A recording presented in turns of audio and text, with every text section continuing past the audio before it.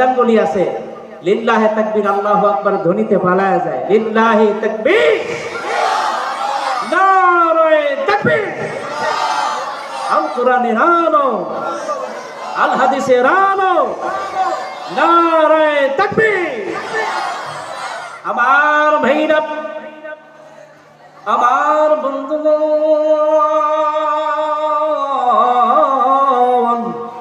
মনোযোগ দিয়ে শুনবেন, দিলেন কেন লাগাবেন, মনটা নরম করে দিবেন বন্ধু। আমি বলেছি সূরা মাইদা থেকে নিয়ে আয়াত পড়েছি।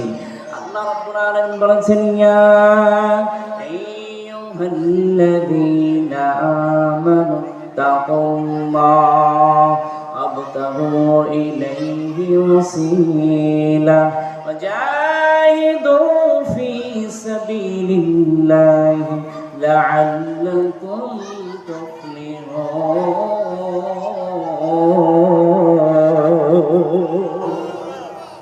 জোরে বলেন আল্লাহু আকবার।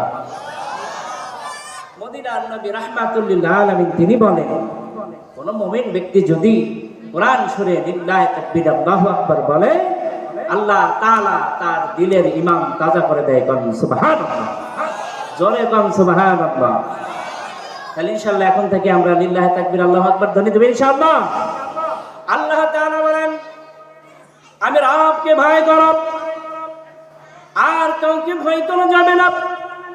যে রব আমার খালিক, যে রব আমার মালিক, যে রব আমার পালনকর্তা, যে রব আমার খাওয়ান, যে রব আমার পরাণ, যে রবের জন্যে আজ পৃথিবীতে এলাম।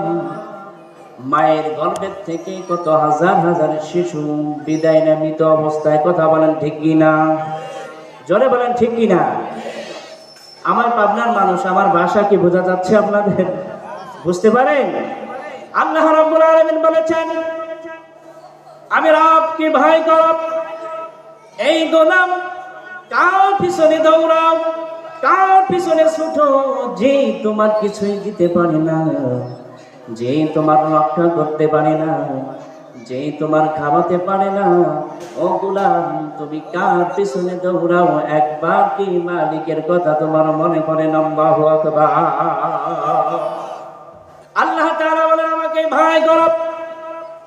যে রব মহান স্রষ্টা, বিশ্ব সমূহের মালিক, যিনি কুল কায়নাতের মালিক, সব কিছুর মালিক, আসমান জমিনের মালিক, যিনি আমার খাবার, যিনি আমার 24টা ঘন্টা অক্সিজেনের ব্যবস্থা করেছেন। সুবহানাল্লাহ। ওহে মুসলমান, সে রবকে ভুলে গিয়ে, সে রবকে সাজদা অবনত না করে, সে রবকে ঘোষণা না দিয়ে, সে রবকে বিশ্বাস না করে, দুনিয়ার মধ্যে মানুষ আজকে ভেজাল খেয়ে খেয়ে ইমানটাকে